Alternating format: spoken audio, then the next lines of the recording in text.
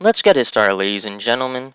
My name is Kibi, and this is the prologue through Chapter 3 of my Fire Emblem 8 0% growth slow turn count playthrough.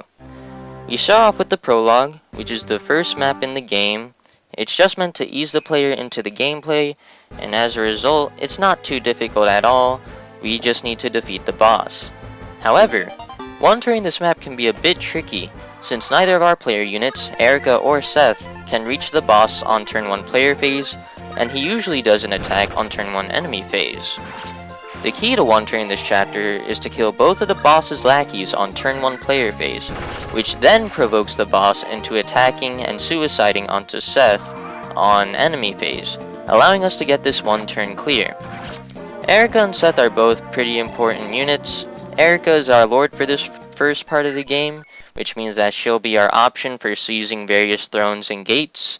Meanwhile, Seth is just an absolute combat beast who will destroy any of these enemies in the early game, has 8 promoted movement, and just has amazing base stats and weapon ranks which will carry him throughout almost the entire game. So this is chapter 1, it's our first seize map, which means that we need to get Eirika over to the gate and then kill the boss so that she's able to seize the gate. We just have Seth pick her up and drop her on turn 2 and have him obliterate all of these enemies so that they don't get in Eirika's way of seizing. We also got 2 new units, Franz the Cavalier and Gilliam the Armor Knight.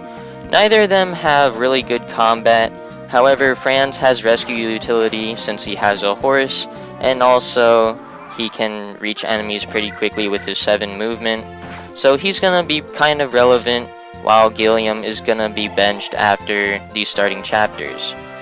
Seth absolutely obliterates this boss with the Silver Lance, allowing Eirika to get this 3-turn seize of chapter 1. We get some gold for funds so that we can buy some stuff on the world map, and we can move on to chapter 2, which is our first route map of the game. Route maps are kind of tricky because their objective is that we need to defeat every single enemy on the map, which can be kind of tough when we don't have too many good combat units. However, we can manage decently well, especially with our new units. We have a few new units, some green units to the right, but the 2 that we immediately get are Mulder the Priest and Vanessa the Pegasus Knight. Mulder is our first staff user, which is pretty useful. He's our first healer, and healing is kind of important. He also is our primary candidate to use very high staff rank staves later in the game, which will allow us to clear chapters quickly. So we're going to be training him a lot, giving him a lot of heals, and allowing him to get a promotion so that he's able to use those late game staves. We also got Vanessa the Pegasus Knight. Her combat isn't too great, but that doesn't really matter. She's our first flyer, which means that she's able to ignore this difficult terrain such as forests and mountains, and that allows her to do various sort of shenanigans involving rescue jobs, which is still very important, which will mean that she will be very relevant throughout this entire playthrough. Thanks to her rescue job ability, she managed to grab Ross so that Eirika can recruit her, so we ought to talk about him. Ross is an absolutely horrible unit. His combat is absolutely atrocious. He has worse durability than Eirika. He has 3 speed, which means he's incapable of doubling. You saw him almost get one-hit KO'd by that Brigand. I mean, he's just an absolutely horrible unit, which forces one to question why I'm using him if he's so horrible. Well, Ross does have one primary niche that basically forces me to utilize him and train him a good bit. And that niche is that he is part of the trainee set of classes. The trainee classes are one of the FE8 exclusive mechanics, and essentially they're a set of classes that are cursed with absolutely horrid base stats. However, in exchange for that, their benefit is that they instantly promote at level 10 without any promotional item.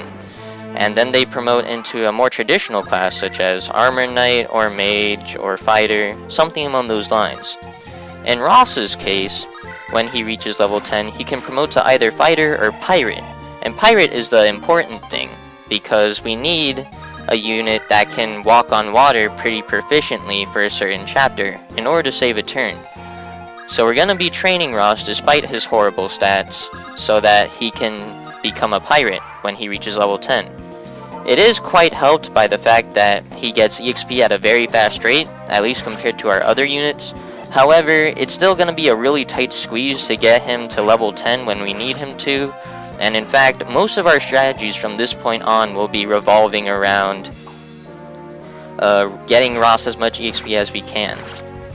So as for the actual map, we had Seth deal with most of the units. The NPC Garcia on the top right defeated most of the enemies in that sector, and we had Franz and Eirika finish off some reinforcement brigands. So that's chapter 2 completed in 4 turns, an alright map in and of itself. So let's move on to chapter 3. Chapter 3 is our second seas map. It's kind of alright as well. We take this moment to sell some stuff and buy various weapons, especially some javelins.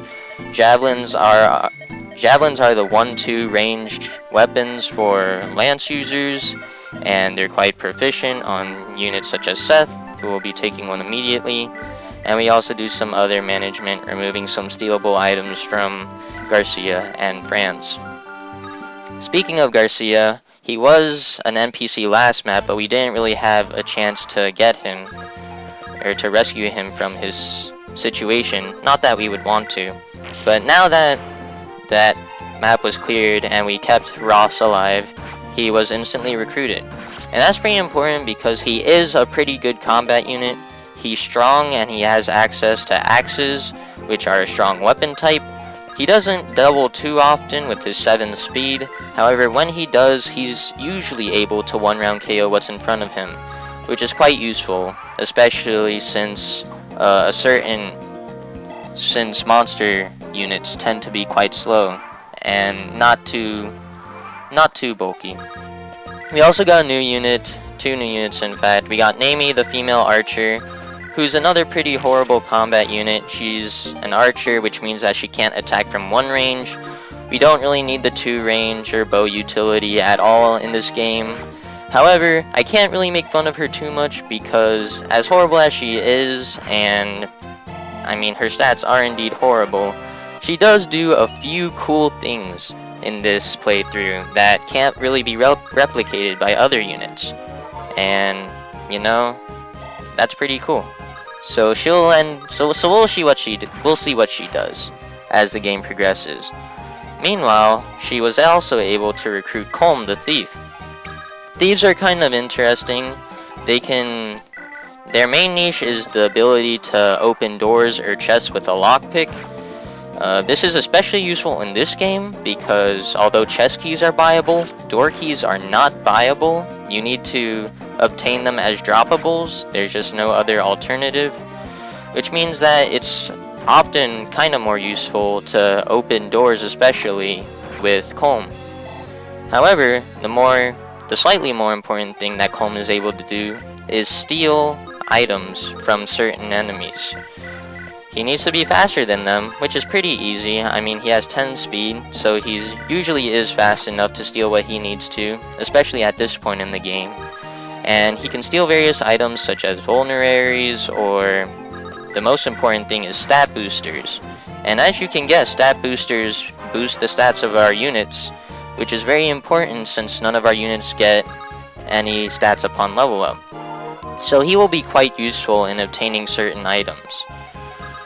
He's also has an opportunity to get a few chests. Among these 3 chests are an Iron Lance, a Hand Axe, and an Iron Sword.